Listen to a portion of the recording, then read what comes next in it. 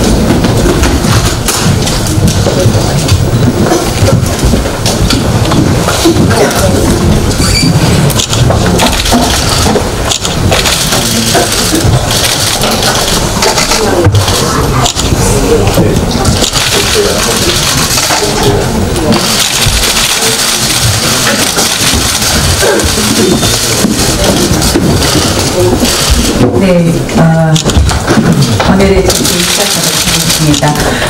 윤한덕 중앙의료원 응급의료센터장께서 별명을 달리하셨습니다. 고인의 죽음 앞에서 머리를 숙여서 조의를 표합니다. 평생 우리 응급의료 체계의 발전을 위해서 헌신해 오셨습니다. 그분이 가시는 마지막 길도 그런 모습이었습니다.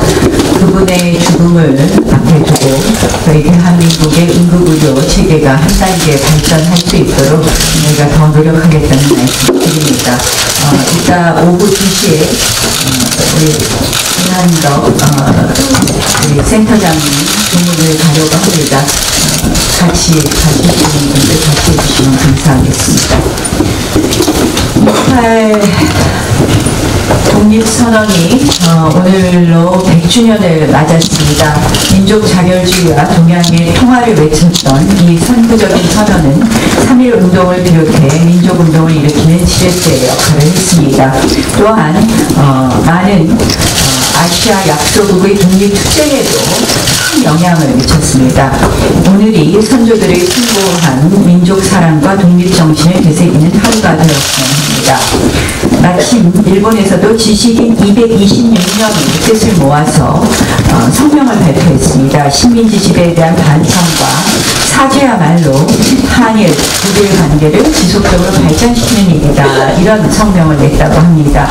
현재 일본 정부는 우리를 향해서 과거사의 상처를 다시 들춰내고 또 자국 국민들이 반한 감정을 부추기고 있습니다. 정치적 지지를 얻기 위한 그릇된 방법이라고 생각합니다. 일본이 앞으로 그 국제적 위상에 맞는 책임을 다한다는 것은 과거사에 대한 성숙한 반성이라고 봅니다.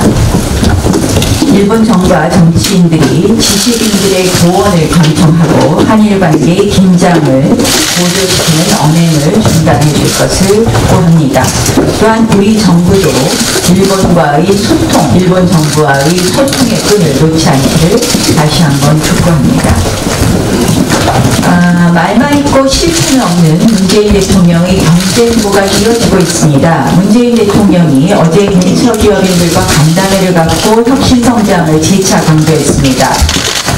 그러나 우리 기업의 현실을 보면 신사업 규제, 또 노동 규제, 정치 규제로 옴짝달싹을 하지 못하고 있습니다. 기업에서 간절히 호소하는 규제 혁신은 부처 간 입장 차이로 또 산업 현장과의 소통 부족으로 제대로 이루어지지 않고 있습니다. 예를 들면 지난달 문재인 대통령이 기업인들과 만나서 약속한 대기업 총수일가 기업이라도 독점적 기술 때문에 부득이하게 해당 대기업과 거래할 경우에 한해 일감 몰아주기 규제에서 떼주겠다 이렇게 약속한 대책이 다시 무산되고 말았습니다.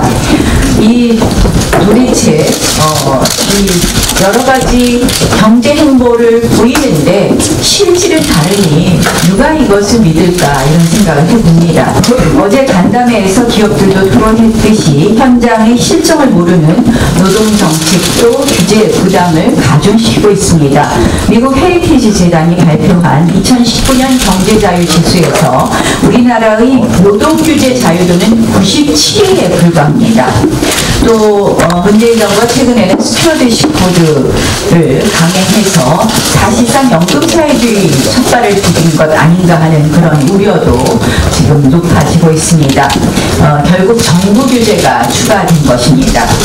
이러한 경제 토양을 만들어 놓고 기업의 혁신 성장을 주문하는 것은 한마디로 이율 배반입니다. 대통령께서는 헛된 약속만 남발하지 말고 실제로 기업이 혁신할 수 있는 그런 혁신 성장판을 깔아주셔야 될 것입니다. 우리 당이 중앙선관위 조혜주 상임위원 임명 철야 불법 사찰 위선 조작 정권에 대한 규명을 위해서 시작된 릴레이 농성이 지금 오늘로써 15일째입니다. 지난 설 명절 연휴에는 의원님 20분 정도가 참여하는 릴레이 유튜브 방송을 통해서 문재인 정권의 민낯을 설 민심으로 전달해서 민낯을 설 민심으로 전달하여 큰 호응을 얻은 바가 있습니다. 이제 릴레이 농성 3탄을 준비합니다. 그동안에 이제 주말부터는 릴레이 유튜브 정책 방송으로 계속 이어가고자 합니다. 방송 시간은 주말 오후, 평일은 오전에 2시간 이내로 하며 유튜버 방송 시간 이외의 의원님 농성은 이번 주말부터 중단됩니다. 방송 내용은 탈원전 저지, 속폐 경할, 사법부 독립 수호, KBS 헌법 파괴 저지, 안전 365 등 5대 중점 특위를 비롯해서 김경수 드루킹 댓글 조작 99사 및 진상규명 특위, 북핵 외교안보 특위, 또 그리고 김태우 특감반 특위 또 소상공인 정책 살리기 정책 특위 등 또는 상임위별 이런 중점 여러 가지 추진하는 내용들에 대한 이런 유튜버 방송이 계속될 거라는 말씀을 드립니다. 따라서 이번 주말부터 저희의 릴레이 농성 3탄이 시작된다는 말씀을 드립니다. 릴레이 유튜브 방송에는 신의 한수, 고성국TV, 펜앤마이크 등이 참여할 예정이라는 말씀을 드리고 참여 의원들의 페이스북 등 SNS를 통해서 동시 중계 또는 녹화 방영된다는 말씀을 드립니다. 어제 여야 원내대표 회담에 대해서 말씀드리겠습니다. 사실 저희가 4가지를 요구해 왔습니다. 김태우 특검, 신재민 청문회, 그리고 손혜원 국정조사, 그리고 조혜주 임명 철회입니다. 그런데 실질적으로 여당이 지금 굉장히 본인들로서는 위기라고 생각을 해서 저희가 대폭 양보를 했습니다. 어제 사실 원내대표 회담에서. 그래서 정말 여당이 지금 당장 해결을 할 수 있는 게 뭐냐. 특검을 쉽게 받기도 어려울 것 같고 또 신재민 청문회 경우에는 신재민 전 사무관의 출석이 현실적으로 어려운 부분이 있어서 저희가 또 조혜주 임명 철회는 또 대통령께서 결단할 부분이 있기 때문에 저희가 대폭 양보해서 손혜원 국정조사만이라도 좀 해보자. 라는 요구를 했습니다. 그런데 여당의 반응은 이해 충돌 조사위를 구성해서 그 안에서 손해원 문제가 문제되면 같이 해보자 이런 주장이었습니다. 제가 주장한 것은 이해 충돌 조사위 받겠다. 그거 하자고 했습니다. 제가 이미 모든 의원들의 이해 충돌에 대해서 우리 당은 전수조사해도 좋다라는 것을 제안했기 때문입니다. 그러나 손해원 국정조사는 반드시 별도로 해야 된다는 것이 저의 주장이었습니다. 왜냐? 손혜원 의원의 사건은 단순한 이해충돌의 부분이 아닙니다. 이것이 특히 예산 배정의 문제만도 아닙니다. 아시다시피 손혜원 의원의 사건은 우리가 이미 고발한 것처럼 직권 남용의 부분이 있고 단순히 근대문화 역사 공간에 예산이 투입된 문제를 넘어선 보훈처에 있어서의 직권 남용 부분이 있고요. 또 그 밖에 이 인사 개입이라든지 여러 의혹이 있습니다. 그런데 이런 여러 의혹을 우리 당 의원들에 관한 일부 보도와 같이 물타기를 하면서 동일선상에 놓고선 같이 하자. 그것도 이해충돌 조사위만 출범하고 거기서 알아서 손혜원을 하자. 이것은 저희가 동의할 수 없습니다. 그래서 다시 한번 촉구합니다. 손혜원 국정조사에 대해서 원칙적으로 동의한다면 이것을 별도로 해주십시오. 이해충돌 조사위 저희 당이 더 적극적으로 하겠습니다. 마치 저희가 이해충돌 조사에 대해서 뭔가 뒤로 숨겠다 이런 입장을 보인 적도 없고 이 부분에 대해서 저희가 전수조사를 공식적으로 저희가 더 먼저 요구했습니다. 이 부분에 대해서 오해 없으시길 바라고요. 이해충돌 조사위는 손혜원 의원 국정조사만 별도로 이뤄준다면 오늘이라도 당장 합의할 수 있음을 다시 한번 말씀드리겠습니다. 그래서 저희가 요구한 걸 다시 한번 말씀드립니다. 사실 손혜원 국정조사에 대해서 저희가 요구를 했고 조혜주 임명 철회 부분은 대통령께서 결단하실 부분이기 때문에 국회에서 이 조혜주 임명에 대한 국회 의사를 묻는 절차를 진행해달라는 정도의 김관영 원내대표의 안 정도를 저희가 수용하는 것으로 그쳤습니다. 그래서 사실은 저희로서는 모두 양보하고 국회를 열어서 지금 각종 규제 말씀드렸지만 이 규제를 푸는 경제 살리기에 저희가 해야 될 역할이 있습니다. 이런 부분 하자고 했는데 제가 보기에는 여당의 의지가 없다고 봅니다. 이런 정도로 양보했는데도 여당이 지금 손혜원 의원의 국정조사를 피하고자 하는 이유는 도대체 국회를 정상화할 의지가 없다. 첫 번째. 두 번째, 손혜원 의원의 국정조사에 대해서 응할 생각이 없다. 결국 이 부분에 대한 진실이 더 밝혀지는 것에 대해서 탈당은 했지만 사실상 여당의 실세인 손혜원 의원의 국정조사에 대해서 부담스러워하고 있다라는 그런 생각밖에 들지 않습니다. 다시 한번 여당에게 촉구합니다. 지난 설 연휴 전에도 제가 오히려 요청해서 손영표 원내대표 등 원내대표 회담을 비공식적으로 했습니다. 저는 이런 부분을 보면서 여당이 과연 이 국회를 여는 데에 대한 의지가 있는지 묻고 싶고 저희가 이야기하는 대폭 양보한 안을 수용해 줄 것을 다시 한번 촉구합니다.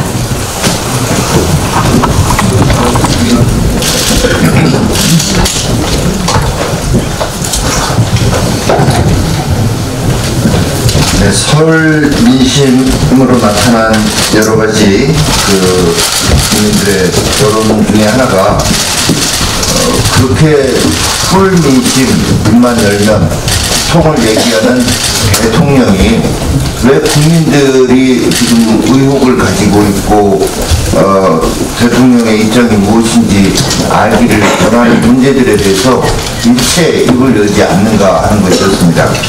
각종 불법, 비리, 부패 사건에 대해서도 입을 닫고 있습니다만은 국민들의 생활, 경제와 밀접한 정책에 대한 국민들의 반대와 의구심에 대해서도 대답을 하지 않고 있습니다.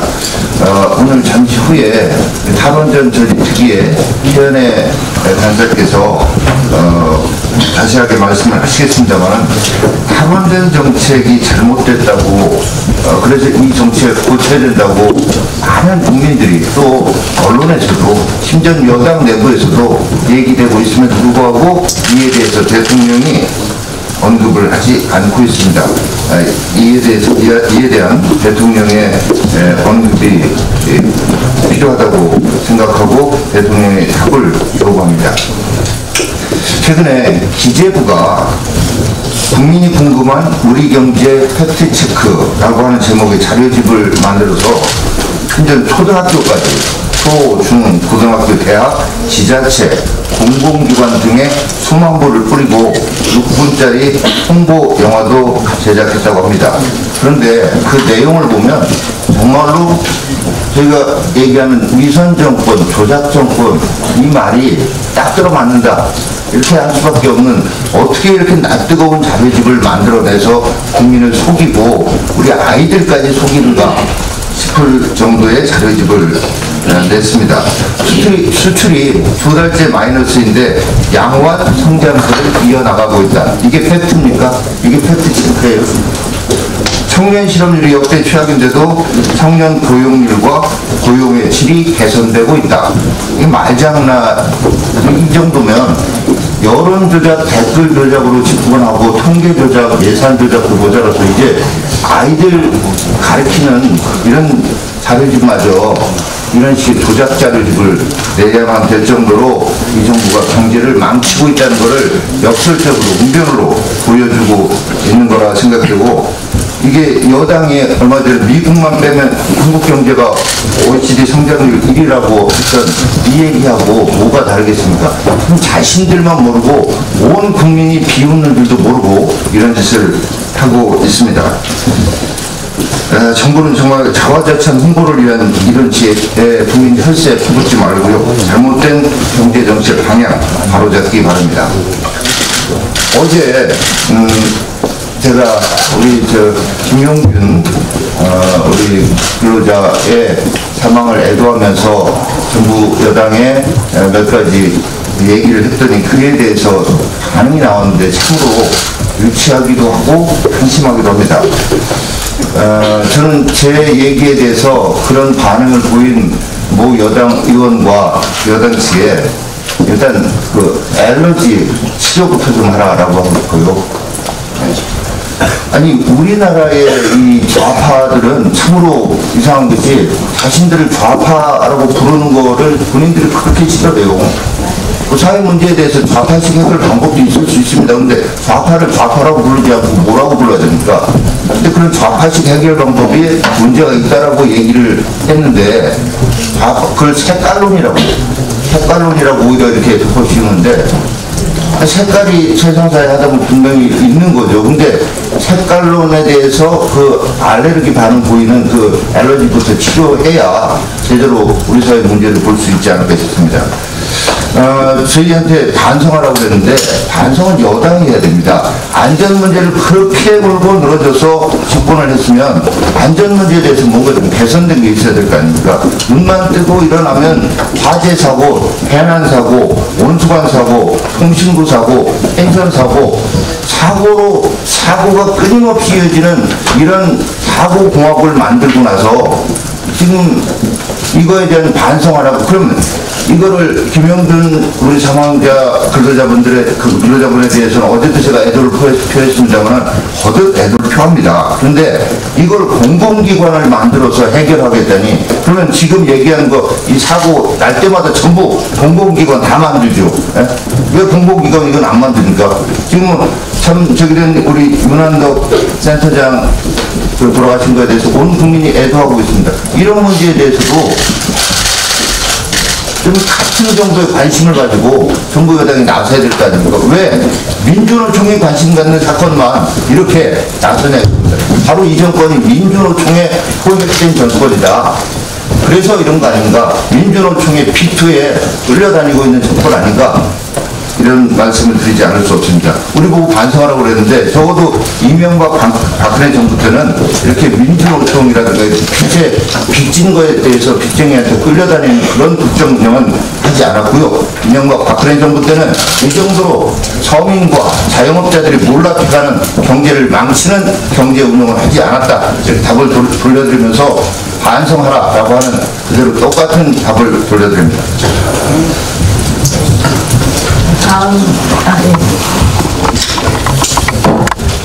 원내대표님께서 어제 있었던 여야 협상에 대해서 설명이 있었습니다만 제가 반갑게 보충드리겠습니다. 여당의 선행원 보호하기 위한 태도는 국회법 규정된 2월 국회에 대한 의사일정 협의를 맡고 있습니다. 야당은 그동안에 권력형 비리 의혹에 대해서 진상규명을 위한 상임위원회 소집 요구 또 증인 채택 요구를 했습니다. 그것이 이루어지지 않았기 때문에 우리는 공권력에 의지할 수밖에 없었고 고소 고발을 할 수 했습니다. 여당은 물타기 시도가 심각합니다. 아픈 목소리를 내고 있는 야당 의원에 대해서 물타기성 고발과 제소가 이어지고 있습니다. 야당 의원이 제기한 의혹이 당당하다고 한다면 여당은 고소하거나 고발하거나 제소할 게 아니라 그런 권력형 비리 의혹을 국회를 열어서 당당하게 규명하면 되는 것입니다. 여당이 어떻게 이렇게 야당 의원이 입을 막고 고발하는 것은 여당으로서 역할을 포기한 것이라고 저는 볼 수밖에 없습니다. 선행원 구하기에서 벗어나서 우리 국회를 구하고 여당으로서 책임 있는 모습 보여주시기 바랍니다. 국회의장님의 그런 방관적인 태도도 좀 실망스럽습니다. 국회의장은 상시국회 하시겠다, 또 법안 소위를 상설화하게 해서 그런 국민들이 요구하는 국회를 개혁하겠다고 말씀했지만 이런 부분에 대해서 실천이 이루어지지 않고 있습니다. 이런 국민적 의혹이 있는 권력형 비리를 파헤치는데 의장이 속히 중재해서 2월 국회법에 규정된 2월 국회 정상화될 수 있도록 해주실 것을 요청드립니다. 방위비 분담금 협상과 관련해서 짧게 한 말씀 드리겠습니다. 5.16 국절 끝에 1조 500억으로 타결이 되고 1년마다 협상하는 것으로 되었다고 보도가 되고 있습니다. 여러 가지 염려가 많이 됩니다. 이 과정에서 우리 정부는 한미동맹의 중요성과 그런 공고성보다는 돈을 적게 주는 것이 좋은 협상이고 방위비를 많이 내는 것은 나쁜 협상이라고 하는 카테고리를 스스로 만들어서 우리 국민 사이에 반미 정서를 조장한 것은 아닌가 이런 생각이 듭니다. 우리 정부는 2018년 방위비 국방백서에서 이렇게 말했습니다. 방위비 분담금이 대부분 우리 경제로 환원됨으로써 일자리도 창출하고 내수 증진과 지역 경제 발전에 기여한다고 했습니다. 방위비 분담금 94%가 다시 우리 국내 경제에 흡수된다고 했습니다. 그런데 왜 1조라는 마지노선을 정해서 이렇게 고집하는 것인지 알 수 없습니다. 정부가 국회의 통제도 받지 않고 마음대로 쓰는 대북 협력기금이 있습니다. 남북협력기금이 1조 4,900억입니다. 여기에 그중에 5,400억 정도는 비공개로 쌈짓돈처럼 쓰고 있습니다. 이 돈을 비교해보면 우리 정부의 태도가 어떤 것인지 알 수 있습니다. 그 과정에서 국무위원들의 비외교적인 발언도 문제입니다. 강경화 장관, 한미 간의 이견이 아주 큰 상황이라고 했습니다. 동맹 간에 서령 이견이 크더라도 이렇게 말할 수 있는 상황이 있습니다. 정의용 안보실장, 협상 마지막 단계에서 우리가 도저히 받아들이기 어려운 상황을 미국 측에서 불쑥 제시해서 어려움을 겪고 있다. 이런 이야기들이 정말 이 정부가 의도하는 그런 것이 아닌가 생각됩니다. 미국 측의 전문가들도 이번 협상 과정에서 매 1년마다 벌어지는 방위비 협상을 둘러싸고 한국 내 반미 감정 또 동맹의 이완에 대한 우려가 많습니다.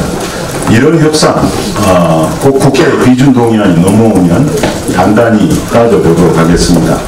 남북협력기금에 대한 지자체들의 또 정치적 농단도 심각합니다. 서울시도 남북협력기금은 392억을 축적해뒀습니다. 그 중에 250억을 들여서 박원순 시장이 대동강 수질, 태양광 설치, 스마트 시티 구축을 하겠다고 발표했습니다. 미국 간의 정상회담 결과가 어떻게 나올지도 알 수 없습니다. 남북관계를 자꾸 이렇게 대권 행보를 이용해서는 국민의 공감을 얻을 수 없다는 말씀을 드립니다.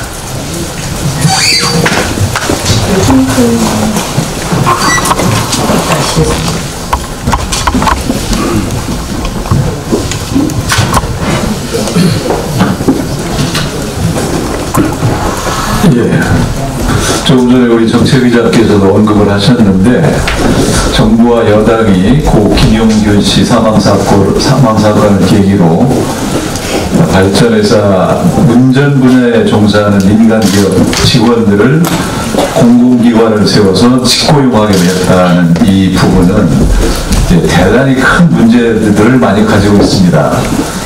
이게 사실은 이제 발전회사의 운전 분야 업무를 국유화한다는 것인데, 이러한 국유화로 인해서 현재 이 분야의 업무를 담당하고 있는 민간기업 7개는 인력을 사실상 반강제적으로 뺏기게 되는 결과가 됩니다. 이것은 공정거래법상 사업활동 방해, 부당 인력 유인에 해당될 수가 있습니다. 지금은 민간기업들이 정부 의세에 눌려서 아무 말도 못하고 있지만 여기에 대한 배상 청구도 나중에 가능할 수 있다. 이런 문제가 있다는 점을 지적하지 않을 수 없고, 이러한 국유화는 심각한 후유증을 또 낳게 됩니다. 경쟁이 없어지고 비용이 상승하고 파업 시에도 아무런 안전장치가 없게 된다는 그런 문제가 있고, 또 하나는 이제 이 공공기관 설립 절차가 무슨 법을 제정하는 이런 것이 아니라 산업부가 안을 만들면 공공기관 운영법에 따라서 기재부 장관이 지정만 하면 되도록 되어 있습니다. 그러다 보니까 현재 이 논의가 국회를 제쳐둔 채 정부의 일방적 결정만으로 이런 일이 추진되고 있습니다. 이 정부가 탈원전을 할 때에도 입법이나 국민투표 없이 정부의 일방적 결정으로 추진해 왔는데, 이렇게 민간사업 일부를 국유화하는 조치조차도 이러한 절차 없이 진행하고 있다는 것은 우리 이 정부의 절차 준수 의식이 얼마나 수준 이하인지 이것을 다시 한번 확인할 수밖에 없습니다. 이러한 조치가 이 위험을 제거하는 결과로 꼭 이어진다는 보장도 없습니다. 지금 현재 그 사망사고 원인 규명을 또 하자고 계속 위원회를 만든다고 한다는데, 결국 원인이 규명되지도 않은 상황에서 대책으로서 이런 것부터 한다는 것이, 이건 마치 1970년대 영국에서 영국병을 유발한 국유화 조치를 연상시킨다고도 보여집니다. 이런 당정협의를 당장 제고하고 국회에서 제대로 된 논의를 거쳐서 이를 처리해 주기를 촉구합니다. 네, 수고하셨습니다. 이 김용균 법은 잘 기억하시다시피 사실은 김용균 법에서 산업안전보건법을 12월 말에 국회에서 통과를 시켰습니다. 이 부분에 대해서 그 당시 여당의 논리는 마치 위험을 외주화하지만 않으면 모든 것이 해결되는 것처럼 이야기했지만, 사실상은 외주화의 여부보다도 이 작업 환경의 개선, 그리고 또 이 외주화를 해서 오히려 외주를 두어서 더 안전한 경우도 있었기 때문에 저희가 이러한 부분을 잘 담아서 산업안전보건법을 통과시켰습니다.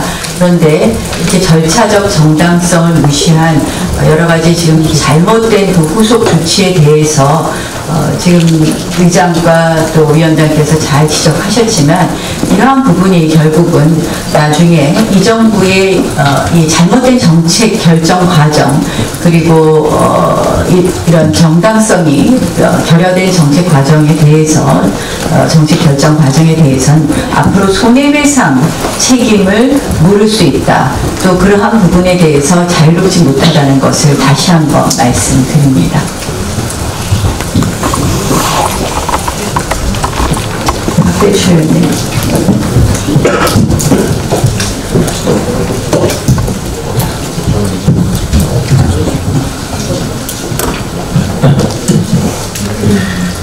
예, 문재인 대통령은 듣고 한술 더 권하는 설이 됐으면 한다는 그런 바람을 밝힌 적이 있습니다. 그렇지만은 여당 대표는 야당을 압박을 더 권하는 설이 됐고 여당 사람들은 판사 압박을 더 권하는 설이 되지 않나 싶습니다. 그런 권력을 감시하고 견제해야 될 공영방송은 권력 비호를 더 권하는 설이 되지 않았나 싶습니다. 지난 문재인 정권의 방송 장악 이후에 KBS 보도의 공정성 상실은 여전히 설 연휴에도 계속됐습니다. 정부 여당의 불리한 사안에 대해서 물타기, 눈감기, 논란을 살만한 보도가 계속됐고 이 내용을 취합을 해서 그중에 4건은 방송통신심의위원회에 제소해 줄 것을 검토해달라고 당내 지도부에 건의합니다. 공영방송의 이른바 적폐청산위원회에 대한 불법성을 인정하는 법원의 결정이 최근에 2건 있었습니다. MBC 정상화위원회 효력정지가처분에 대한 일부 인용이 있었고 KBS 진실과미래위원회 효력정지가처분에 대한 2신청, 사측의 2신청에 대한 기각 결정이 있었습니다. 사법부가 두 공영방송의 감사기구에 대해서 불법성을 인정한 만큼 이제 보복 경영은 종말을 보여야 할 때입니다. 그럼에도 불구하고 KBS 감사는 과거 감사 중에서 미진한 부분이나 빠진 부분, 부당한 처분에 대해서 재감사를 할 예정이라는 식으로 2019년 감사 계획을 발표했다고 합니다. 그러나 재감사 요건에는 엄연히 3가지가 규정되어 있습니다. 새로운 증거나 사실이 발견된 경우, 감사 그 서류가 위변조가 증명되었을 때 경우, 감사 결과 영향을 미칠 중요한 사안이 누락되었을 때 경우에 한해야 됩니다. 그럼에도 불구하고 이런 불법적인 중복 보복 감사는 불법 소지가 있는 만큼 시도 자체를 말아야 할 것입니다. KBS 감사는 불법 감사를 만든 이사회와 경영진 감사부터 해야 될 것입니다. 아시다시피 지난달에는 KBS 9시 뉴스에 손혜원 의원을 초청해서 무려 10초나 해명의 시간에 일방적인 해명을 기회를 주는 그런 인터뷰가 있었습니다. 이것은 9시 뉴스 사상에 이래 전례가 없는 그런 경우였습니다. 이것을 두고 지금까지 KBS 내부에서는 계속 뒷말이 나오고 있다고 합니다. 과연 이 10분 7초나 일방적인 해명의 기회를 준 그 배우가 뭐냐, 그런 배우 논란이 계속 일고 있다고 합니다. 김정은 찬양 논란을 빚은 오늘 밤 김재동에 대해서 방심위가 야당 추천 의원들의 그런 반대도 불구하고 면죄부를 준 그런 일이 최근에 있었습니다. 그러나 이 오늘 밤 김재동은 뉴스라인 밤 11시 시간대 뉴스라인이 폐지되고 그리고 분량도 10분으로 늘렸음에도 불구하고 뉴스라인의 평균 시청률인 4.3%에 훨씬 못 미치는 3.4%의 시청률에 불과합니다. 이런 국민의 재산인 전파를 낭비하고 수신료를 낭비하는 이런 사례는 없어야 할 것입니다. KBS 특위의 향후 활동 방향과 관련해서 말씀을 드리겠습니다. 오늘 25일에는 KBS 공정성 및 수신료 분리 진수 방안을 주제로 한 토론회를 국회에서 예정하고 있습니다. 원내대표님과 의원님들의 많은 참여를 부탁드립니다. 이 토론회를 이후로 국회 과방위원 중심으로 릴레이 토론회도 예정되어 있다는 말씀을 드리겠습니다. 그리고 앞으로 가두서명이나 핵심 당원 등의 SNS 피켓 운동 등 다양한 방법의 활동을 전개해 나갈 것을 말씀드리겠습니다. 네, 수고하셨습니다. 다음은 강효상 의원님 그리고 최현배 의원님. 네, 더불어민주당은 증거 목록만 20페이지에 달하는 판결문을 두고 김경수 판결문을 두고 증거가 없다고 하고 더 나아가 법관을 탄핵하겠다는 협박을 서슴지 않고 있습니다. 정말 개탄을 금할 수가 없습니다. 판결문에는 여러분들 다 판결문 좀 한번 보시기 바랍니다. 우리 언론 여러분들, 국민 여러분들 판결문 한번 읽어보시면요. 판결문에는 문재인이 82번, 82번, 민주당이 67번, 대선이 85번 언급되어 있습니다. 판결문에 분명히 범행으로 직접적인 이익을 얻는 사람은 피고인을 비롯한 더불어민주당 소속 정치인들로 보인다 라고 명시되어 있고 2017년 대선에서 피고인이 원하는 방향으로 여론을 주도하는데 상당한 도움을 얻게 되었다라고 써 있습니다. 오늘 아침 조간신문 칼럼에도 나왔지만 허위범 특검이 지난번 적폐수사처럼 됐으면 지금 길거리에 활보할 정치인이 얼마나 남아있겠느냐라는 지적이 설득력이 있습니다.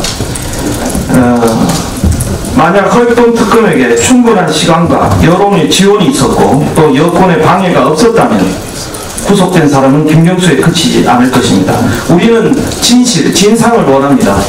지금 김경수 판결문에 나온 사실은 빙산의 일각입니다. 아주 후하게 점수를 주더라도 진상의 약 3분의 1 정도에 그치고 있습니다. 지금 그 다음 3분의 1은 뭐냐? 대통령 측근에 대한 관련성입니다. 대통령 측근에 대한 관련성에 이어서 그 다음 최종 몸통에 대한 진상규명이 필요하다고 생각합니다. 제2의 드루킹 특검이 필요한 이유를 제가 말씀을 드리겠습니다. 재판부 판결문 158페이지를 보면 백원우 전 민정비서관에 대해서 드루킹에 대한 경찰의 압수수색이 이루어질 무렵 백원우 민정비서관이 추천 대상자인 도모 변호사에게 연락해 오사카 총영사로 가고자 하는 이유를 물어보는 등 면접 형식의 대화를 나누었는데 이것은 상당히 이례적인 상황이다. 이렇게 되어 있습니다. 여러분들 158페이지를 한번 보시면요. 그 앞에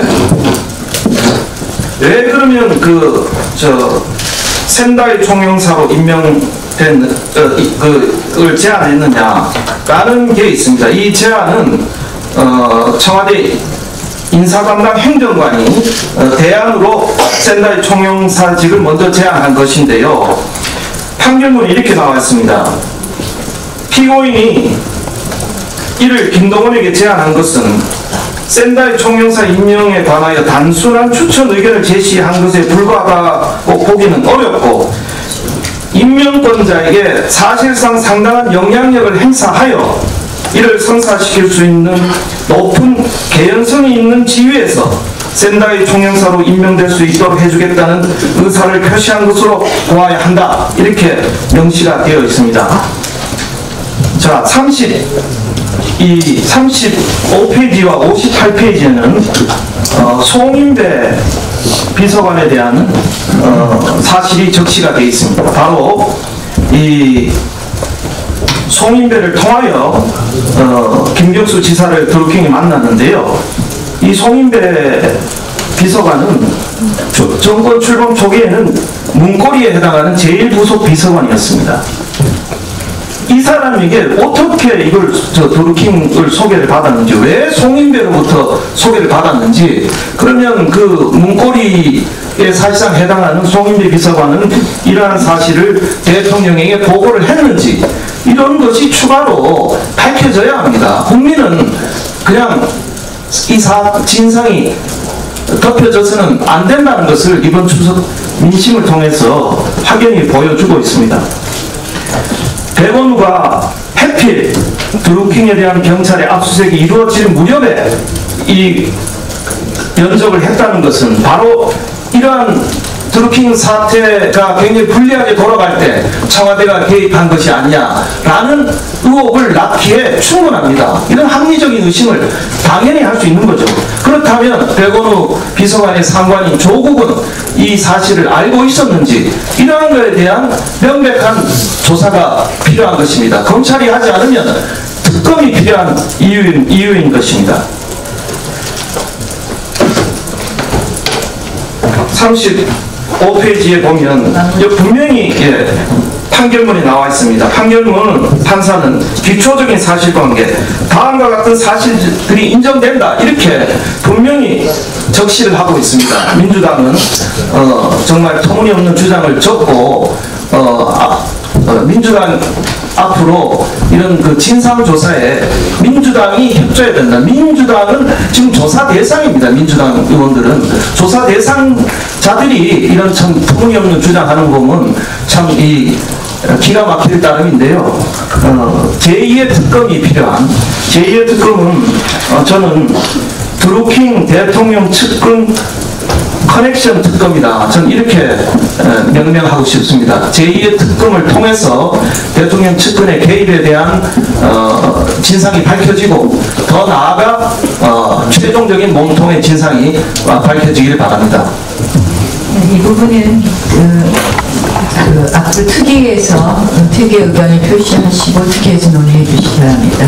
최현혜 의원님. 네. 재앙적 탈원전 저지 및 신한울 3, 4호기 건설재개 특별위원회 총괄 관사를 맡고 있는 최현혜 의원입니다. 탈원전 반대 범국민 서명운동 추진 경과에 대해서 말씀드리도록 하겠습니다. 우리 당의 정책 저항 1호로서 여러 시민단체들과 작년 12월 13일에 출범한 범국민 서명운동은 국민들의 열렬한 지지 속에 시작한 지 그 한 달 만에 청와대가 반드시 답변을 해야 한다는 기준으로 제시하고 있는 그 20만 명을 훨씬 뛰어넘는 24만 명에 가까운 그 서명이 모아졌습니다. 그래서 범국민운동본부는 지난 1월 21일에 청와대 앞에서 기자회견을 열고 그날까지 모인 33만 명의 그 서명부와 공개 청원서를 청와대에 공식 전달했습니다. 당시 강기정 정무수석과 사회정책비서관 등이 나와서 청원서를 직접 접수했고, 특히 강기정 정무수석은 뭐라고 얘기를 했냐면, 그 노영민 청와대 비서실장이 국회에서 산자위원장도 역임했고 오랜 동안 산자위원으로 지냈기 때문에 원전의 중요성을 누구보다 잘 알고 있다. 그리고 본인 그 강기정 정무수석 자신도 공천에 떨어진 후에 독일에서 지내면서 그 원전 기업인 지멘스가 그 탈원전 정책으로 인해서 어떻게 몰락했는지를 잘 봤다. 이렇게 아주 공감을 표시하면서 대통령께 국민의 뜻을 잘 전달하겠다. 그리고 그 결과를 국회에 와서 설명하겠다. 이렇게 아주 적극적인 답변을 했습니다.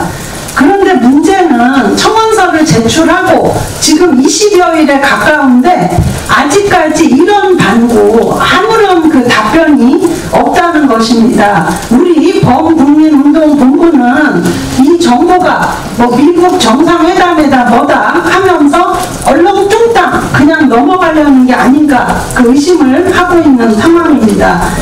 그런데 그런 와중에 설 명절 기간에 아주 추운 날씨에도 불구하고 우리 국민들께서는 적극적으로 그 길거리 서명운동에 참여를 하셔서 오늘 현재 지금 서명 숫자가 40만 명에 지금 육박하고 있는 이런 상황입니다. 그리고 이런 가운데 지금 탈원전과 관련해서는 정부와 여권 내에서도 지금 반대의 목소리가 터져 나오고 있지 않습니까?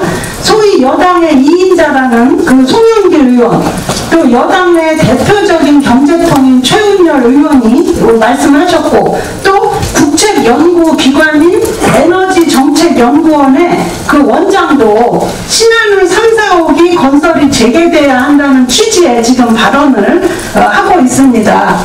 그런 가운데 지금 또 터질 게 터졌습니다. 대통령과 그 상임자부 장관이 그동안 자신있게 주장해왔죠. 전기요금은 이 전기요금 인상은 절대 없다. 자기들의 특히 현 정부 임기 내에는 없다. 이렇게 주장해 오더니 새해 벽두부터 지금 한전 사장이 나서서 촉대를 메고 전기요금 인상을 추진하고 있습니다. 저는 처음부터 얘기를 했습니다. 그 과학적 원리를 보더라도 탈원전을 하면 전기요금 인상은 올 수밖에 없다. 이 정부가 그 거짓말이 얼마나 갈지 두고 보겠다. 이런 얘기를 했는데 정말 불과 1, 2년도 안 돼서 지금 이렇게 전기요금 인상이 기정사실화되고 있는 이런 실정입니다. 지금 이제 이 탈원전의 피해를 이제 새해 벽두부터 우리 국민과 기업들이 아주 피부로 오롯이 느끼게 지금 되어 있고요. 지금 원전 산업의 붕괴만이 아닙니다. 이게 대한민국 전반의 붕괴로 이어질 것이라는 경고를 다시 한번 드리면서 대통령은 약속대로 국민의 청원에 응답해 주시라 이렇게 다시 한번 요구합니다. 저는 다음 주까지는 청와대가 답변해야 된다. 이 문제를 어떻게 처리할 것인지 제대로 된 답변을 내놔주시기 바라고요. 정부가 계속해서 이렇게 국민의 뜻을 따라 뭉갠다면 우리 범국민 선언운동 본부는 100만 명, 1000만 명, 온 국민이 선언할 때까지 이 선언운동을 계속할 것이라는 말씀을 드립니다. 다시 한번 경고합니다. 지금 40만 국민이 지켜보고 있고 기다리고 있습니다. 조속한 답변 내놔주시기 바라고요. 끝으로 존경하는 국민 여러분께 간곡히 다시 한번 호소드립니다. 이 섣부른 정치 신념으로 대한민국 100년 대계 에너지 정책을 망치고 또 대한민국의 미래를 망치고 있는 이런 탈원전 정책의 폭주를 막을 수 있는 것은 오로지 국민밖에 없다는 말씀을 다시 한번 드립니다. 국민들의 뜻을 모아주시기를 호소드리면서 이 온라인 서명 여기 okatom.org에 접속하셔서 이 카톡으로 접속하시면 굉장히 쉽게 나올 수 있도록 이렇게 준비해 놨습니다. 이 온라인 서명에 응해 주시고요. 지금 전국 각지의 역 앞이라든지 이렇게 아주 게릴라식으로 지금 서명 운동을 전개하고 있는데 오프라인 서명에도 적극 동참해 주셔서 대한민국을 살려주시기를 다시 한번 호소드립니다. 최현희 의원님 탈원전 저지 전도사신데요. 최현희 의원님 성격에 비추어서 끝까지 간다로 잘 알고 있습니다. 청와대가 응답해야 될 것입니다. 다음은 박인숙 의원님 의료개혁 관련해서 말씀하시고 그리고 송석준 의원님 이채익 의원님 말씀 주시고 신보라 의원님 말씀하십니다. 좀 전에 나경원 대표님께서 이미 말씀하셨지만 윤한덕 국립의료원 중앙응급의료센터장과 가천대 길병원 소아과 전공의가 각각 의료 현장에서 5일이라는 긴 연휴 도중에 당직 도중에 돌아가신 데 대해서 매우 안타까운 사건이 있었습니다. 안타까운 마음을 표시하고요. 두 분의 의사가 모두 긴 설 연휴 의료 공백을 막기 위해서 병원에서 숙식을 하며 과로를 한 것으로 보여서 개인 의사의 건강 문제가 아니라 우리나라 의료 체계에 근본적인 문제가 있다고 생각합니다. 특히 문재인 케어가 거의 강압적으로 빠른 속도로 진행되고 있는데 그렇기 때문에 더 문제가 심각하다고 이 시점에 더 문제가 심각하게 보입니다. 연휴 기간에 그분들의 말에 의한 지옥문이 열렸다. 긴 연휴 기간에는 병원 문을 닫고 응급실과 중환자실만 가동되기 때문에 특히 이런 부분에 의사들과 의료진의 업무 과도가 더 심해지는 상황입니다. 연휴 기간에 응급의료센터와 권역외상센터는 가장 바쁘고 힘든 기간입니다. 응급실과 중환자실은 소위 돈도 안 되면서 고된 업무라고 의료인들이 대부분 기피하는 곳으로 항상 인력이 부족한 곳입니다. 우리나라 의사의 평균 진료량은 OECD 국가 중에서 가장 많고 평균 2.3배에 해당합니다.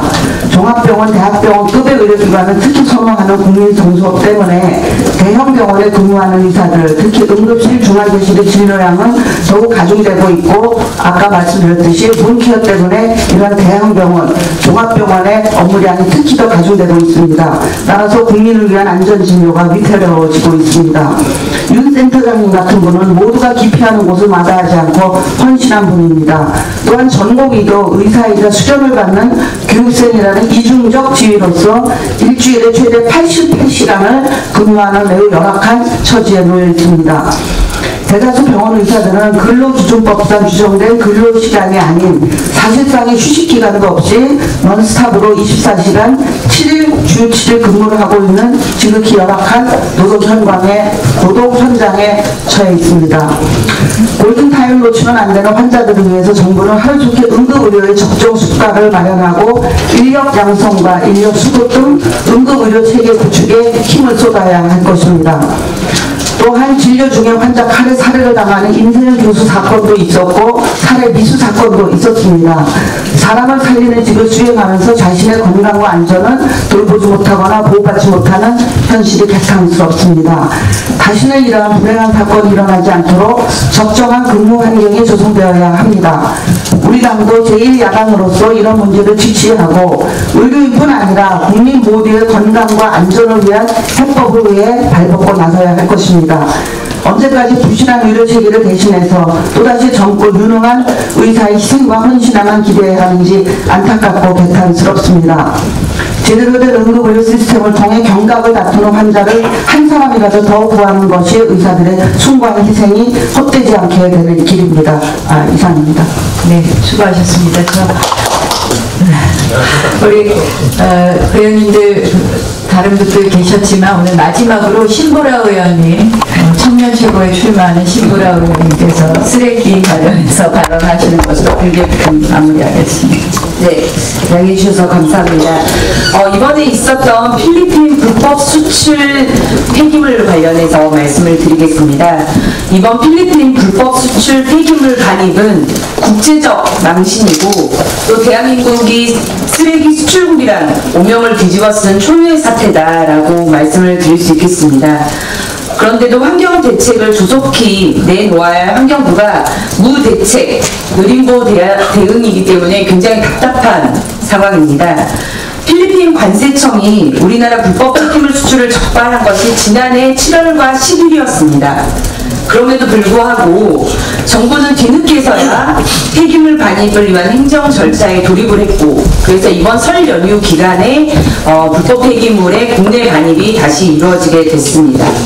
그런데 문제는 폐기물 업체는 지금 처리할 비용이 없다라고 손을 아예 놓고 있고요. 환경부는 이건 원인자 책임이기 때문에 전적으로 원인자에게 그 책임이 있다는 말만 되풀이하고 있습니다. 결국 어떻게 될 거냐, 지금 평택항에 다시 들어온 쓰레기가 몇 달간 소위 방치될 수밖에 없는 위기에 또 놓인 상황입니다. 이에 따라서 평택에 있는 많은 시민단체들도 빨리 처리를 하라고 촉구하는 집회를 열고 있는 예정입니다. 그런데 문제는 이번에 들어온 불법 폐기물이 전부가 아니라는 겁니다. 이번에 들어온 반입된 폐기물은 실제 지금 필리핀에 방치되는 폐기물의 5분의 1 정도밖에 되지 않습니다. 그럼에도 불구하고 환경부는 몇 달째 필리핀 정부와 지속적으로 협의 중이라는 말만 되풀이하고 있습니다.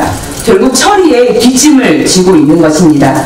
이런 환경부의 무대책을 강력하게 비판하고 이번에 평택항으로 반입된 1200톤에 대한 신속한 행정대집행을 할 것과 아직도 필리핀 현지에 쌓여있는 나머지 5100톤에 대한 반입 절차를 빠르게 개시할 것, 그리고 폐기물 불법 수출에 대한 뿌리 뽑을 수 있는 대책을 조속히 환경부는 마련을 해야 될 것입니다. 환경부가 부디 무대책 환경부라는 그 오명에서도 벗어날 수 있기를 바랍니다. 이상입니다. 네, 공개로 하겠습니다. 언론인 여러분 수고 많으셨습니다.